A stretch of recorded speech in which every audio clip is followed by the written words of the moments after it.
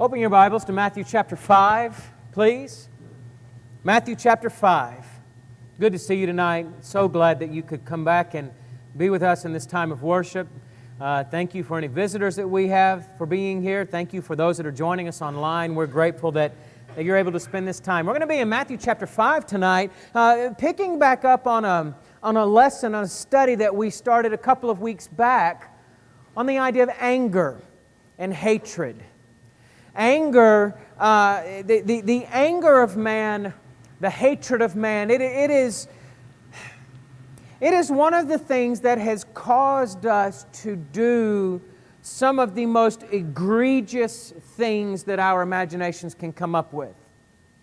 You think about Holocaust and crusades and slavery and all these different things. The hatred that mankind can have for one another is one of the worst emotions, one of the worst things that we can have. And unfortunately, the anger and hatred of man is one of those things that has caused many people in this world to doubt God, to doubt His existence, to doubt His goodness or His power.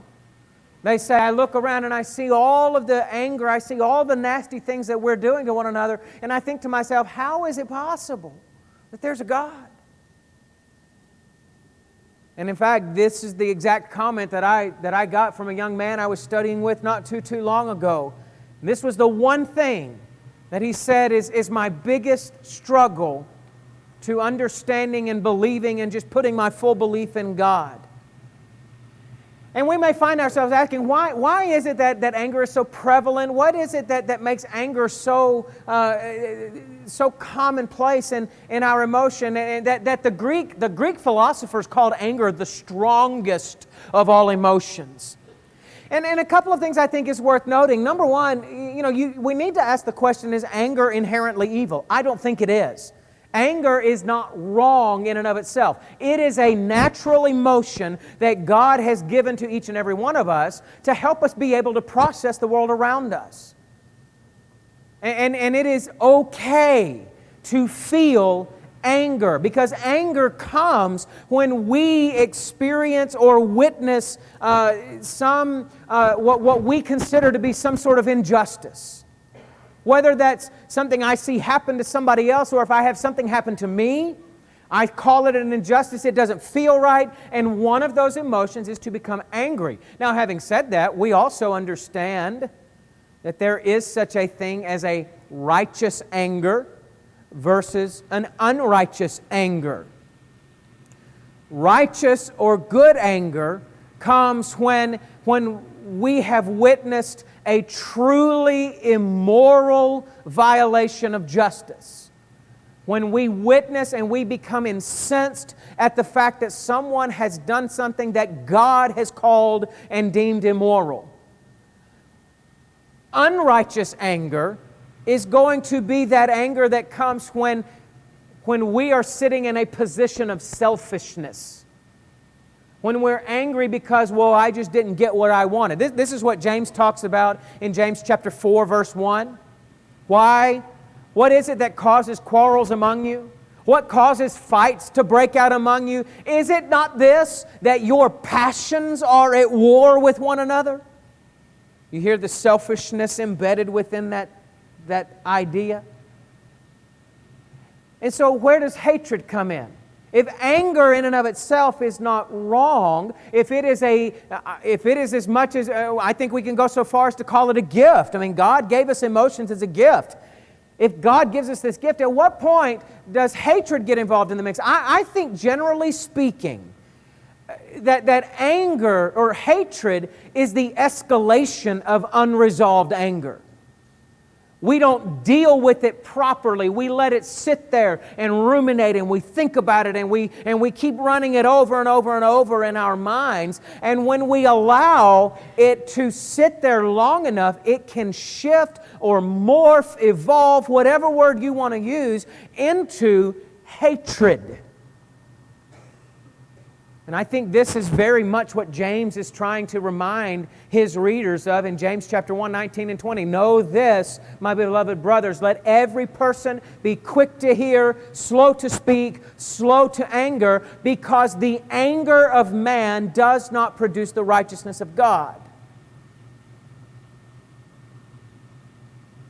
And so what we find then is that whether you are speaking of a righteous anger or an unrighteous anger, if it is not dealt with swiftly and properly, that anger can fester into an immoral hatred. And we already have been talking about what it is that hatred causes among men.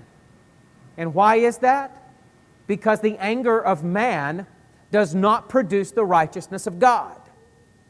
That was our point a couple of weeks ago. But I want you to consider, so then we find ourselves asking, how then do I know if I'm handling my anger correctly or not? This is where we come to the book of Matthew.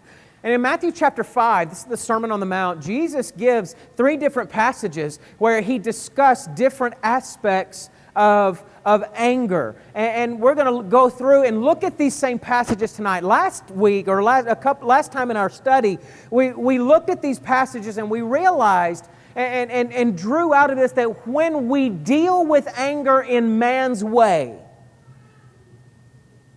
there are 3 primary things that we find happening. Number 1, you get that harbored hatred. Okay, you get that idea that it sits there, it boils over, and you wind up hating your brother. And this was you have heard that it was said, "Do not murder," but I say to you, don't hate your brother. And one way to think about this, church, is that, why does he say about it in that way? Well, he's kind of talking to those Jewish leaders and the Jewish people and saying, you keep drawing that line at murder. I'm telling you, don't hate. Because if you learn to not hate, murder's not going to be a problem. Right? So we find that if we deal with anger in man's way, we're going to have that harbored hatred. But we are also going to find the idea of retaliation. Eye for eye, tooth for tooth. Right? I don't get mad, I get even. We talked about how retaliation winds up just continuing out these problems, and it makes what could have been diffused a long time ago, it makes it carry on long and longer. And I'll tell you something that happens with us, church, as human beings. We're not content to just get even, are we? Especially... Well, I can't even say it especially as men. I think it's all human beings. We don't like to just get even. I've got to one-up you. I've got to outdo what you did to me in order for me to feel justified and for me to feel better. Well, the problem is that when I work to try to one-up you, what are you going to do in response? You're going to do the same thing. And it just keeps going back and forth, worse and worse. So we find out that we have retaliation when we handle anger in man's way. And then thirdly, we find out that we had biased love. That is, loving somebody that only loving those that are going to love you back. Only bestowing love and favor upon those that you feel like you can get some benefit from. And Jesus goes on to say there, He said, what good is that? How does that make you any different from the tax collectors and the sinners and everybody else out there in the world that God has called you to be different from? And the answer is, it makes you no different. But when we harbor hatred, when we are dealing with anger, what it's going to lead us to do is only cluster with those people that we get along with. And we're going to begin to isolate those that we're angry at, and we're only going to really show love and favor to those that we feel like can love us back, who are going to think the way that we think, who are going to take my side. And this is what happens when man handles anger in his own way. Because the anger of man does not produce the righteousness of God. But I want you to consider another passage tonight. We're going to flip this coin over. Look at Matthew chapter 5, verse 9. Go all the way back to the beginning. As Jesus starts the Sermon on the Mount, Jesus uses these words. Blessed are the peacemakers, for they will be called children of God, or they will be called sons of God. I find it really interesting that this is one of the things that Jesus puts in there. I love the fact that this is part of those Beatitudes, that idea, happy. Happy are those who are peacemakers, because you are going to be called sons of God. I want you to consider what it means here. What he is saying is that those of us who actively work to create peace in our lives, those of us who purposefully go out and try to create peace in our interactions with other people, we are sharing in God's nature. To be called a son of God means that you are sharing, you are cut from the same cloth, so to speak. You are sharing in that characteristic, you are sharing in that nature. And so what does that tell you about God all of a sudden? That if He says, blessed are the peacemakers, then that means that our God is a peacemaker. But see, here's the tragic thing about it. The tragic thing is that for too many people, and please forgive me, but I'm going to go ahead and lump Christians in here with this. I think the tragic thing that is happening in too many Christians' lives is that we are not spending near as much time being peacemakers as we are being peace fakers. We think we are handling our conflicts, and we even say to ourselves, I know what I'm supposed to be doing, and we think that we're going about this the way that God wants us to go about it, when the fact of the matter is that for a lot of us, not only are we not dealing with our conflict in a peaceful way, for a lot of us, we're not dealing with it at all. We're stuffing it over in the corner, hoping that if I leave it over there long enough and I ignore it long enough, all of that anger is just going to dissipate. And then we wonder why it is that churches struggle finding community with one another, why they struggle in finding deeper and deeper relationships, when the truth of the matter is that we're not taking the time to go through and create peace with one another.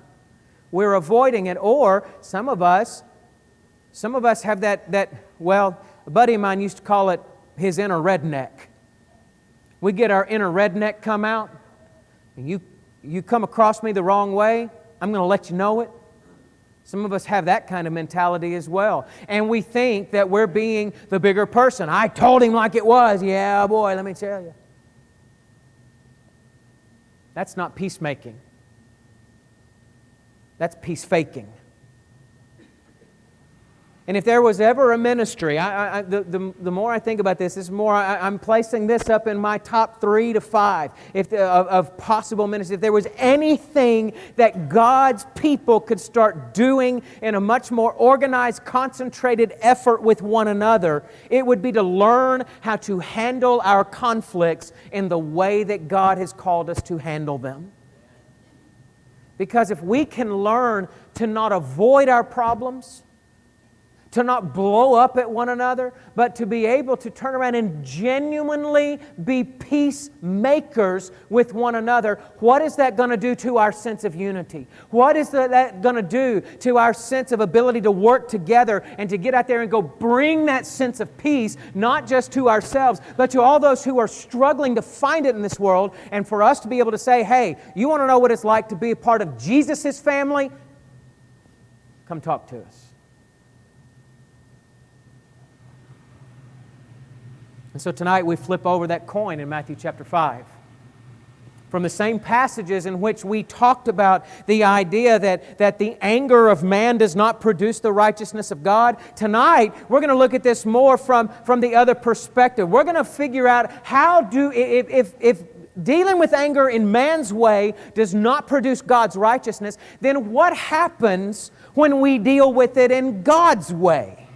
What does it look like for God's people to be peacemakers? What does it look like for us to fully embrace the idea that genuine sons of God seek to be peacemakers?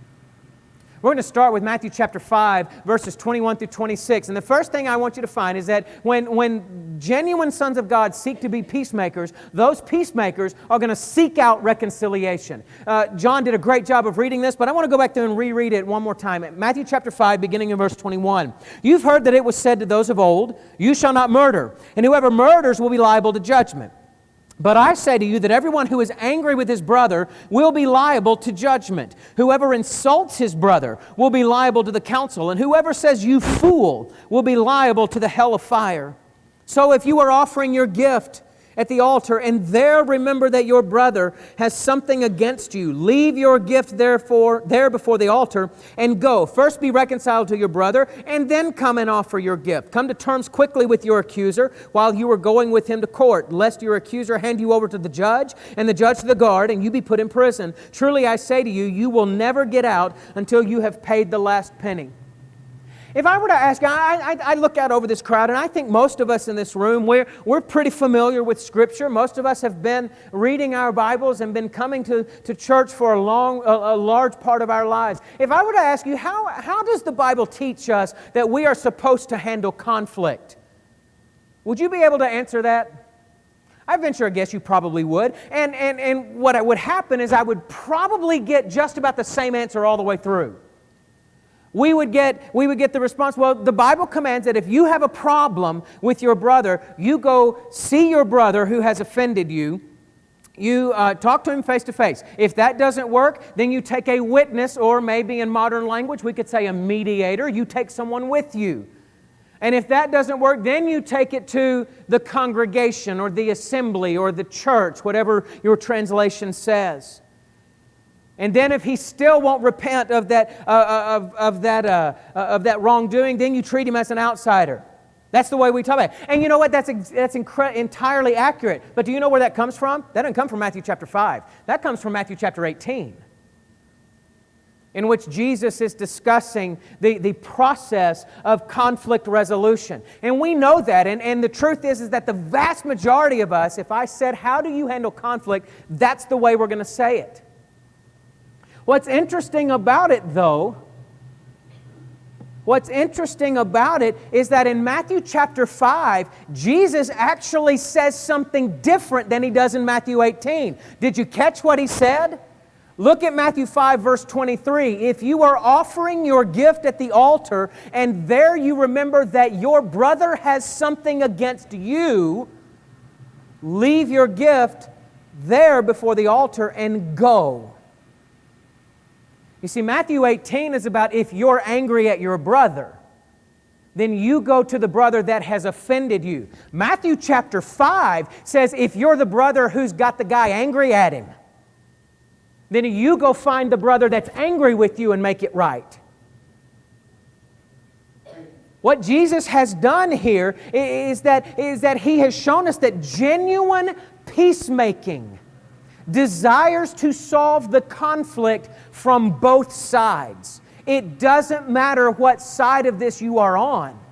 Genuine peacemakers want to see resolution happen regardless of what side they're on. But you see, I think this is what happens to us so many times, and I don't think we do it in an animus way. I think it's just coincidental or whatever. Maybe we just don't stop to think about it long enough. What we do is we remember the details of Matthew 18 because that's the one that's stuck in all of our minds. And we transfer those details to Matthew chapter 5, thus in our minds creating a single scenario. Well, how does the Bible tell you to handle conflict? And we always talk about it. You go talk to the brother that you're angry at. That's the way we always talk about it. And for some people, that's really convenient because what that has allowed them to do is they say, well, you know what? If I'm angry at him, then I have a responsibility to go talk to him. But if he's angry at me, that's not my problem. Here's what Jesus just said. It is your problem. It is your problem. Because you are talking about conflict happening between God's people. And what does he continue to say in that verse? I think what he's continuing to let us understand and what he wants us to see is that unresolved conflict hinders a Christian's ability to worship and work fully in the service of God. It gets in the way of us being able to do what God has called us to do. That's the whole set your offering down there before the altar, then go deal with it, and then come back. And that's not hard to figure out. Think about it for just a minute. If you live by the situation, by the scenario of, well, he's angry at me, that's not my problem. If that's the way you operate with conflict, what does it look like when you come into the same room with that person that you know is angry at you? What does it look like? Do you go up all jolly, happy, hey, how you doing? It's so good to see you. No. You walk through the room, and whether that's this setting where we're coming to worship God together, or if we're gathering for our Bible classes, or if it's some sort of service activity where we're trying to get together to help bring the good news of Jesus to the community, you walk into that room and you see that person across the way that you know is angry at you. And there's that awkward tension that just won't quite go away. You avoid them, they avoid you. Maybe you want to go to that side of the room, but you see them over there and they're talking with so-and-so, and so you say, well, no, I'll go over here. And what happens, church? What happens is that we wind up thinking about them the whole time instead of thinking about what we came to do. Why? Because in our minds, we've got this macho idea that, well, they're the one that's angry at me, so I'm going to be the bigger person, and I'm just not going to talk to them until they come apologize. Wrong. That is not the way that God tells us to deal with our conflicts, church. We are supposed to go to them whether we are the one who is angry or if they are angry at us. We need to look at both Matthew 18 and 5 and see that it doesn't matter what side of the conflict you're on, someone has to take the first step to go seek reconciliation. Because if nobody will go take the first step, then what's it going to do? It's going to sit there and it's going to fester, and that unresolved anger has the potential to turn into hatred. And the anger of man does not produce the righteousness of God. But here's what I do know. What I do know is that the genuine sons of God seek to be peacemakers, regardless of what side of the conflict they're on. But then we skip on down in Matthew chapter 5 and we get to verses 38 through 42. And so we find that peacemakers seek out reconciliation. But what we also find is that peacemakers do the unexpected. Verses 38 through 42, please. You have heard that it was said, an eye for an eye and a tooth for a tooth. But I say to you, do not resist the one who is evil. And if anyone slaps you on the right cheek, turn to him the other also. And if anyone would sue you and take your tunic, let him have your cloak as well. And if anyone forces you to go 1 mile, go with him 2 miles. Give to the one who begs from you, and do not refuse the one who would borrow from you. When we are insulted, when somebody insults you in any form or fashion, what is it that people tend to expect back? They expect you to want to get even. They expect you to retaliate. Why? Because that's the human way. That's standing up for yourself, is to fight back and to make sure that you dole out an eye for an eye and a tooth for a tooth. That's the way people evidently, that's the way a lot of people take that command, even though, and we talked about this a couple of weeks ago, God is the one who originally said an eye for an eye and a tooth for a tooth. That's Exodus, Leviticus, and Deuteronomy. He says it all in all 3 books. Here's the problem though. When God said an eye for an eye and a tooth for a tooth, He never meant for that to be about personal vengeance. You need to rethink that context if you think that God was calling for us to take personal vengeance. And what we talked about last time as well is that when it says that if somebody slaps you on the right cheek, that's not just reaching out and kind of popping. This is, in this culture that Jesus was living in, this would have been the all-out insult. It is the backhanded slap that comes across your right cheek. I mean, if I'm right-handed and I reach out, the only way I'm catching FH's right cheek is if I go backhand. And we all know, I think that's just about in every culture. You get a backhand slap, that's a little bit different from being slapped this way. If you are insulted, People expect you to retaliate. And if someone shows this kind of animosity toward you, they're going to expect you to do the exact same and maybe even try to take it up a notch. But here's what Jesus is trying to say in Matthew chapter 5 right here. Somewhere along the way, somebody's got to break that chain. When we just keep trading retaliation for retaliation, it's only going to escalate. It's only going to get worse. Somebody has to break that cycle. And who is it that has been called to break the cycle of evil action that's going back and forth between human beings? It's God's people. We are the ones who have been called to do that. And think about that. What exactly does that look like? As a peacemaker, what does it look like for us to do the unexpected? Well, look at the scenarios that he lays out here. If somebody slaps you across the right cheek, don't retaliate. If somebody sues you, include more than what they're asking for. If somebody forces you into service, and maybe you know he says if someone forces you to go with him 1 mile, go with him 2. Maybe you know the history behind this. And under the Roman Empire, in the Roman Empire, those provinces that were under that Roman rule, if a Roman soldier came through your neck of the woods, he had the authority, according to Roman law, to force you into service. Whether that was you personally, or maybe you had a pack animal, you had a mule, or you had an ox that he wanted to utilize to take his own load off. They could force you into service. And I'm not for certain if this is exactly the way it comes from, but I know they got implemented along the way, or I think they got implemented along the way. The people of Israel, or in these places that the Romans ruled over, and this would have included Israel, they put mile markers down. Because the Roman soldier could force you to carry his load, or for your animal to carry his load for 1 mile. And then your obligation was done. Hence, they put mile markers down. So when you got to the end of 1 mile, you could turn and say, my obligation is finished. Take your own load. And what did Jesus just say? If somebody forces you into service to them, go a little further. Do a little more. Go that extra mile. And if somebody asks you for help, if they beg from you because they have no money and they're begging from you for a little bit of money, or if they come and they ask to borrow from you, don't refuse them. Give them something. Don't turn them away.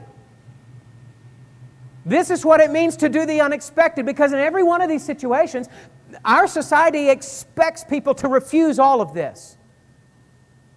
Now somebody says, well, wait a minute, Cory, are you saying that Jesus is telling us that we should let people walk all over us? No, that's not what Jesus is saying at all. Understand something. This passage, this statement from Jesus does not mean that He's telling us to let everyone abuse us.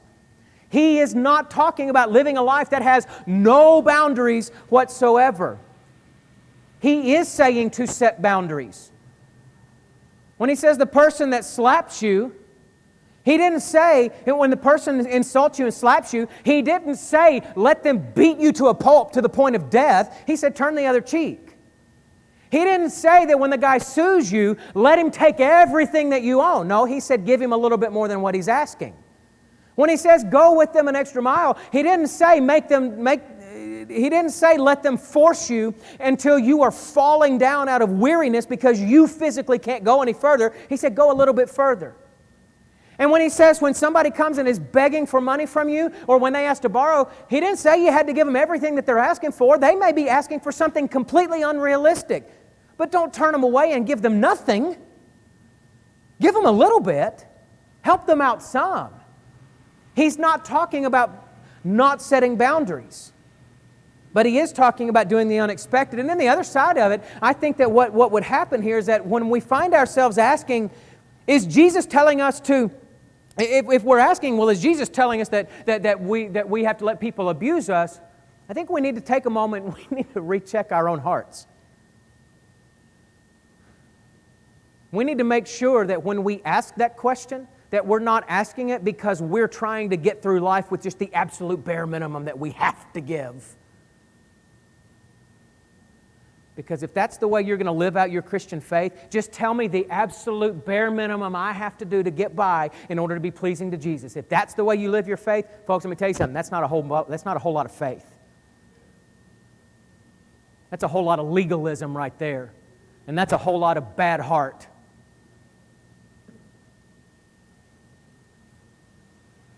As peacemakers,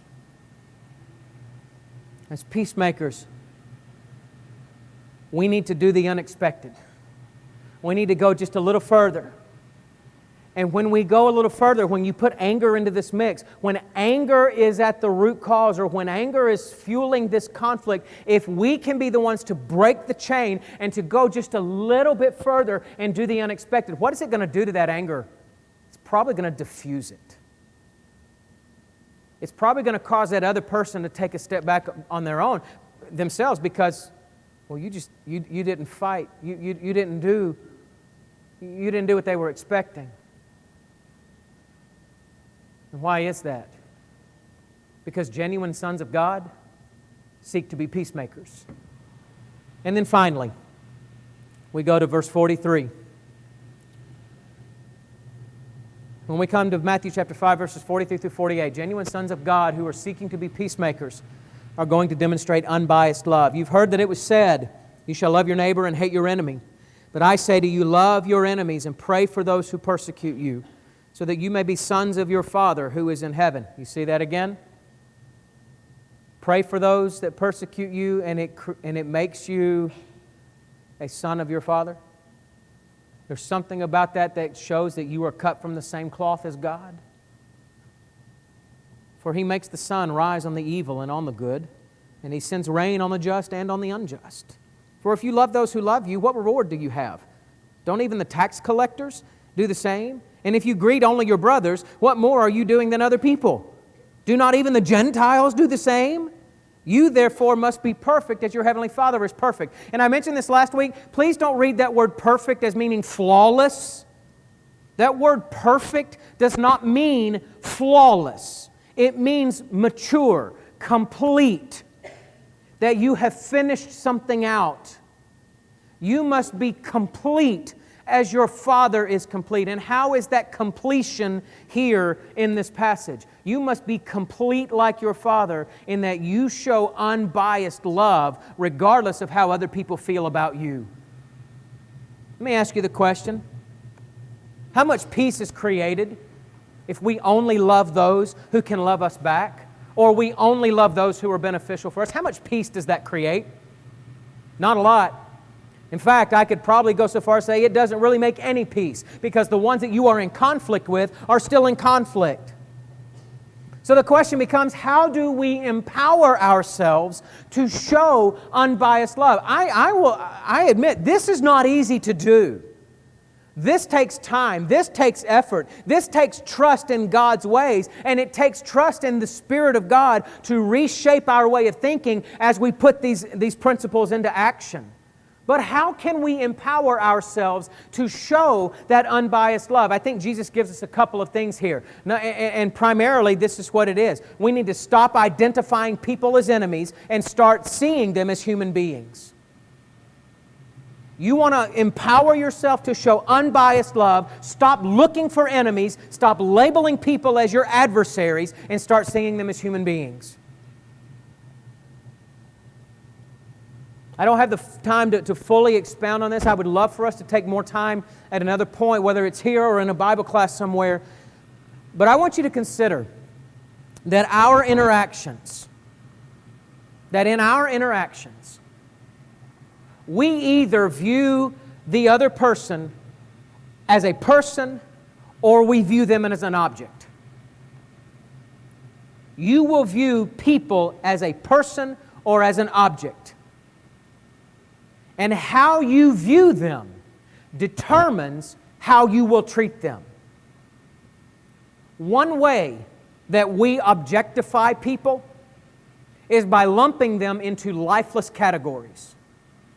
Because if I can put you in a category, if I can put you in an impersonal box, then it justifies, in my mind, me treating you a certain way. What does that look like? Well, in our modern culture, that looks like racist whites, lazy blacks, crass Americans, arrogant Europeans, violent Arabs, manipulative Jews, and so on. Those are lifeless categories. And if I can throw you underneath one of those labels, then it allows me to treat you more like an object than it does as an individual human being. And when we do this, we make masses of unknown people. We make masses of unknown people into enemies. There's a book that I'm reading right now. It's called The Anatomy of Peace. And in the midst of that, he's discussing this very type. And this is what the author says, that when I objectify people, when I put them into that, when I label them an enemy, when I objectify them and see them as a lifeless category, then what happens is that oftentimes other people's faults become immediately inflated in my heart and mind. I begin to horribilize others. That is, I begin to make them out to be worse than they really are. And I do this because the worse they are, the more justified I feel. In other words, if I can take your humanity, if I can dehumanize you and put you in a block, and I can put a certain set of characteristics to that category of person, then I can hate the category of person. I can show anger toward them. I can show them that biased love and not feel bad about it and not feel bad about how I'm treating you because you're just part of that category.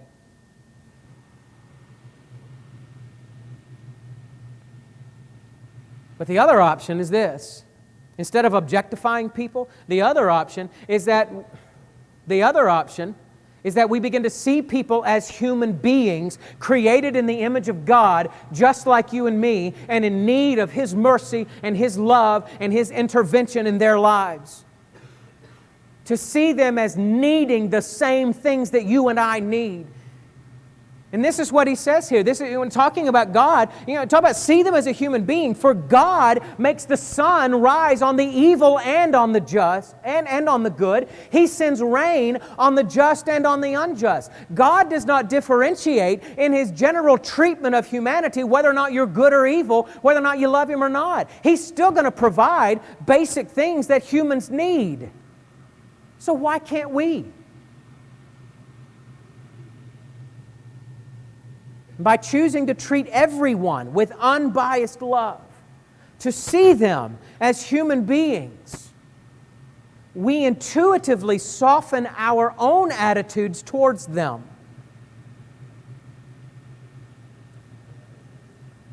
And we try to understand where they're coming from. Doesn't mean I have to agree with it. Not at all, but I need to understand it. Now, listen, I will admit, there are times, let's face it, when we cannot avoid someone else coming after us as an enemy. I get it. There are times that somebody's going to put a target on your back and they are going to pursue you as an enemy. You can't help that. But we can control how we view them in response. When we love them with unbiased love, and when we see everyone as human beings, it creates a much better environment for peace. It creates a much better environment for reconciliation. And that's what we want. Why? Because genuine sons of God seek to be peacemakers. Tonight, my challenge to you is simply this. Pick one of these three areas. Pick one of these three areas. Whether it's retaliation, whether it's harbored hatred, whether it's the need to seek out reconciliation regardless of what side. Pick one of these areas that we're talking about here tonight and focus on that this week. Whichever one of these happens to be that you think is your weakest point in dealing with conflict and dealing with your anger. Focus on that this week. Don't let it go unresolved and turn into hatred. but instead become a proactive peacemaker by taking the steps to handle your anger with God's righteousness. It won't be easy. You won't get it right all the time. You're going to take one positive step, and then you may have two that go backward. And it may even feel really awkward, especially if you are not in the habit of trying to be a peacemaker. It may feel like you're going against your own nature, but it will bring much more peace to you personally. And it will bring much more peace to those who are in your circle of influence, whether that be here, at home, at school, at work, on the street when you go out for a run. Why? Because genuine sons of God seek to be peacemakers. If we can help you in any way tonight, we're going to sing a song of invitation. If we can pray with you, if we can help you obey God in any way, whether it's obedience to the gospel or prayers for forgiveness and strength, let us know how we can help right now while we stand.